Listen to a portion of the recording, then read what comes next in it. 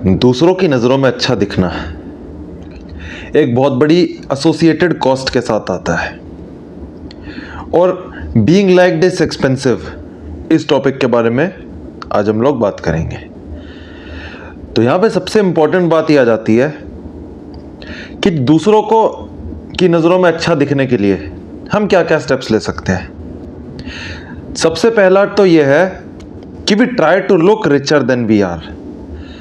जेब में पैसा है नहीं पर इंटरनेशनल टूर तो मारने की इच्छा है,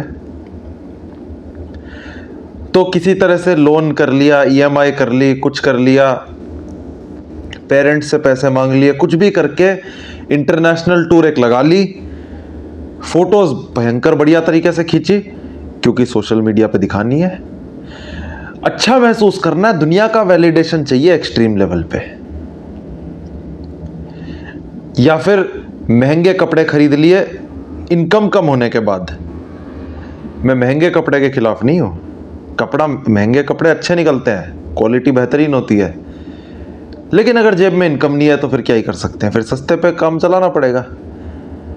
लेकिन बहुत सारे लोग ऐसे हैं कि सोशल वैलिडेशन पाने के लिए, to be liked by others, महंगी चीजें खरीद लेते हैं, महंगे गैजेट्स, महंगे मोबाइल, क्योंकि कूल दिखना है, क्योंकि थोड़ा सा एक वो एक्स फैक्टर चाहिए,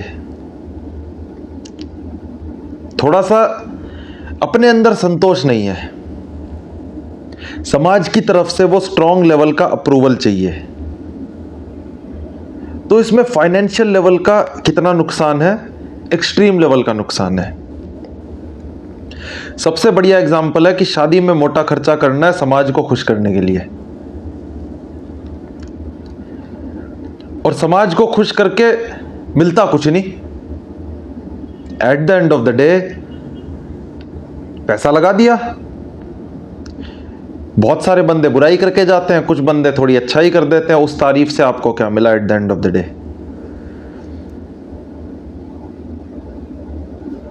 ये कितनी अजीब सी बात है कि मिला कुछ नहीं पर पता नहीं किसको खुश करने में लगे हैं। तो ये एक बात है कि trying to be richer than others, ये हो गया फाइनेंशियल कॉस्ट जो कि एसोसिएटेड है with being liked, with being a very likeable person. ये एक पॉइंट हो गया। अब दूसरा महत्वपूर्ण आता है नॉन फाइनेंशियल नुकसान।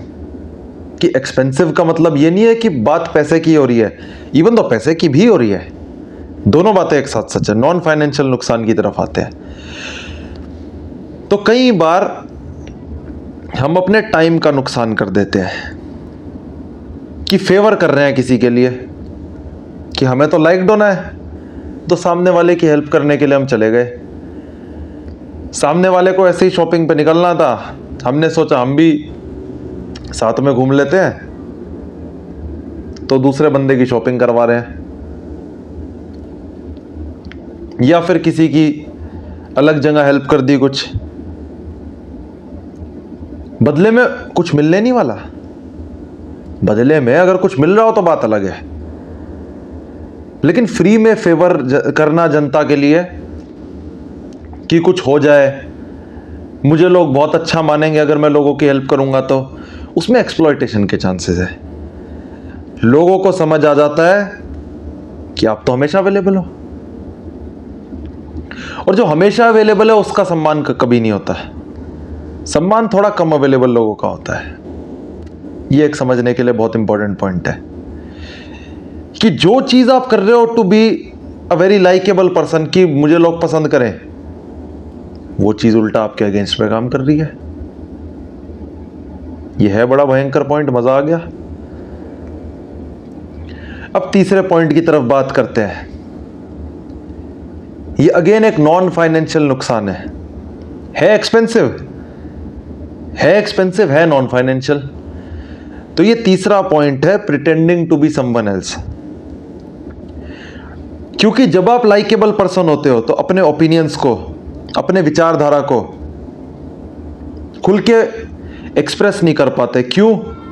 क्योंकि क्या पता सामने वाले को आपकी बात बढ़िया ना लगे, और सामने वाले को आपकी बात बढ़िया नहीं लगी तो आप लाइकेबल नहीं रहोगे।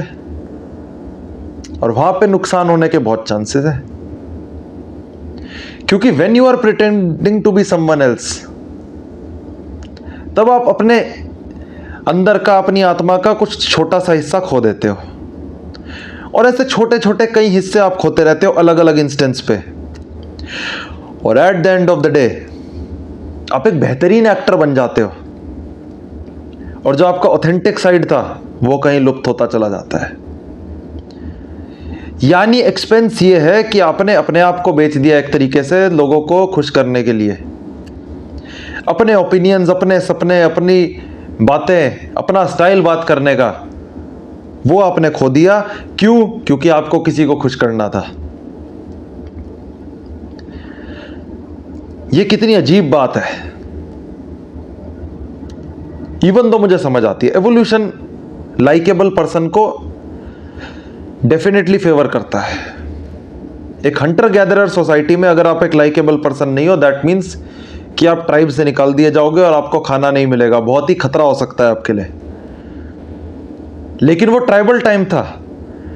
हम ट्राइबल टाइम का दिमाग लेकर आज यहां इस समाज में बैठे हैं, तो हमें थोड़ा सा अपनी इंटेलिजेंस यूज करके उससे ऊपर उठने की कोशिश करनी चाहिए। बाकी इस चीज में एक्सेप्शंस ऑफ कोर्स है, कि मैं ये नहीं बोल रहा कि आपको लाइकेबल बनना नहीं है।